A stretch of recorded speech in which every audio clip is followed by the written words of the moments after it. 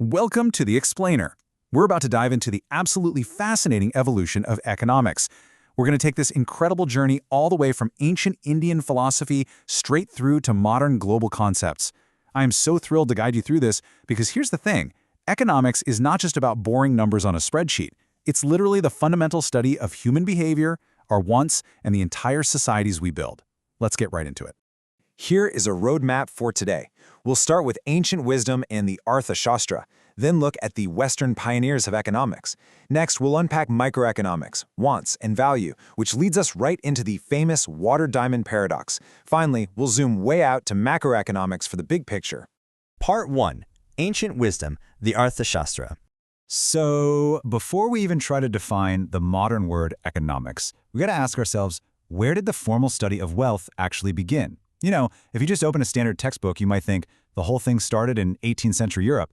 But actually, to truly understand the roots of political economy, we have to travel back much, much further. Enter Kautilya. You might also know him by the names Chanakya or Vishnugupta. He wasn't just some guy writing theories.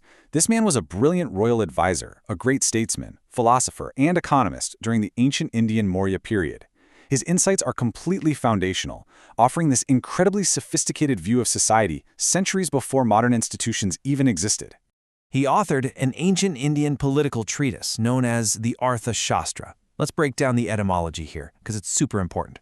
The word artha translates to wealth, and shastra means science. Put them together, and Arthashastra essentially implies the science of acquiring and managing wealth. Acting in its broadest sense, it's a massive treatise on political economy that brilliantly merges wealth generation with statecraft. Kautilya broke his philosophy down into 4 core principles. First, he emphasized the absolutely crucial role of the state or government in economic affairs.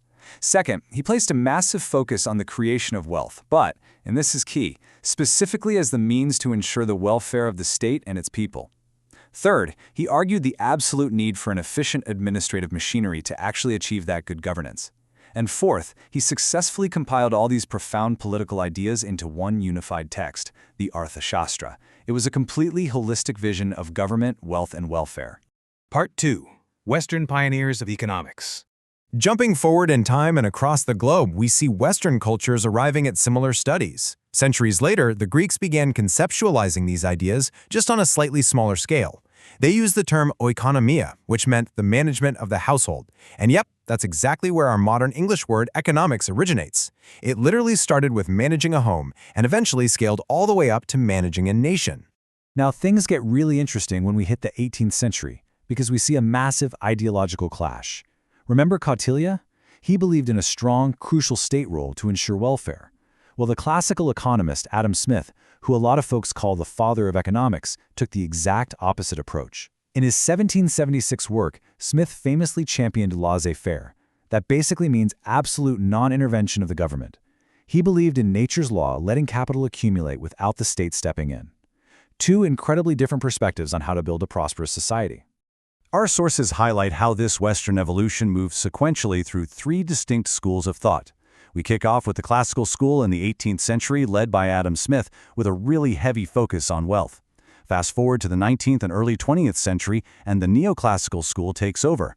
Economists like Alfred Marshall shifted the focus towards welfare, defining economics as the study of mankind connected directly to material well-being. Then boom, the 20th century brings the modern school. Here, Lionel Robbins gives us that incredibly popular scarcity-oriented definition, that economics studies human behavior as a relationship between our unlimited wants and our incredibly scarce limited means. Which brings us to Section 3, Microeconomics, Wants, and Value. By 1933, the field of economics was getting so sprawling that Sir Ragnar Frisch actually coined terms to split the theories into 2 main branches. He used Greek roots, mikros, meaning small, and makros, meaning large. Kenneth Boulding defined microeconomics as the study of the little things, particular firms, particular households, individual wages. It's the close-up view. Conversely, macroeconomics looks at the vast national aggregates like total employment and national income. But for a minute, let's keep the microscope out and stay on the micro side. At that micro level, literally everything is driven by wants. In economics, a want just denotes a feeling of a lack of satisfaction, and our sources tell us these wants have some wild characteristics. They're unlimited, they're recurring, and they totally depend on age, gender, and personal preference. I mean, our economic wants literally change dynamically with the seasons. In the summer, you want a water bottle and sunglasses, but when the monsoon hits, you're rushing out for an umbrella and a raincoat. Understanding how to satisfy these super specific, constantly changing wants is the very heart of microeconomics. Section 4. The Water-Diamond Paradox. But how on earth do we assign a price tag to all these diverse wants? Well, to solve this puzzle, we first have to split the concept of value right down the middle. First, there's value in use. This is just the actual usefulness or pure worth of a commodity to sustain life or keep you comfortable. Sunshine, for example, is a free good with massive value in use, but it costs absolutely nothing. Then we have value in exchange. This is the worth of a commodity expressed in terms of another commodity, which is almost always money. This is the actual price you pay in a market for an economic good, like buying a car or a television. And this split gives us one of the most famous puzzles in history, the water-diamond paradox. Think about water. It is absolutely essential for human survival, right? It has incredibly high value in use, yet because it's generally pretty abundant, it has a very low exchange value or price. Now, consider diamonds. They're entirely non-essential for life, very low value in use. But due to their intense scarcity, they command massive exchange value. This paradox perfectly demonstrates how scarcity is the true driver of market prices in microeconomics. Section 5. Macroeconomics. The big picture. All right, let's put the microscope away and pull out the telescope. Let's shift our lens from individual wants to the total aggregate economy. Macroeconomics looks at the massive gears turning society, concepts that affect everyone simultaneously. We're talking about national income, the total economic performance of a whole nation. We look at aggregate saving, the income a society sets aside for the future, and aggregate investment, which mobilizes those savings to build capital assets like factories.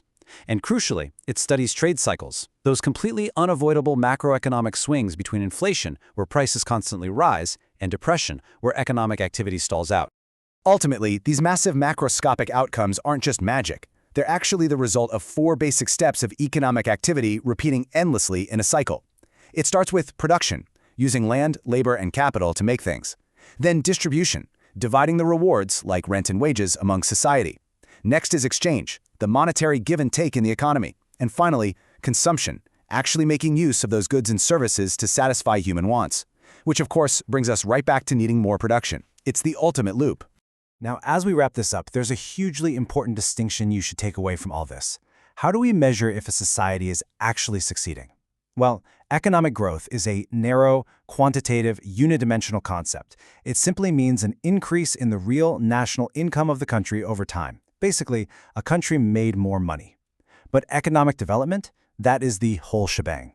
It is a broad, qualitative, multidimensional concept. It requires economic growth, yes, but it insists on combining that growth with progressive, qualitative changes in human well-being. We're talking advancements in health, education, and the actual quality of human life. Which leaves us with a truly provocative final question to ponder. It's a question that connects our modern macroeconomic definitions right back to Kautilya's ancient warning from the Arthashastra.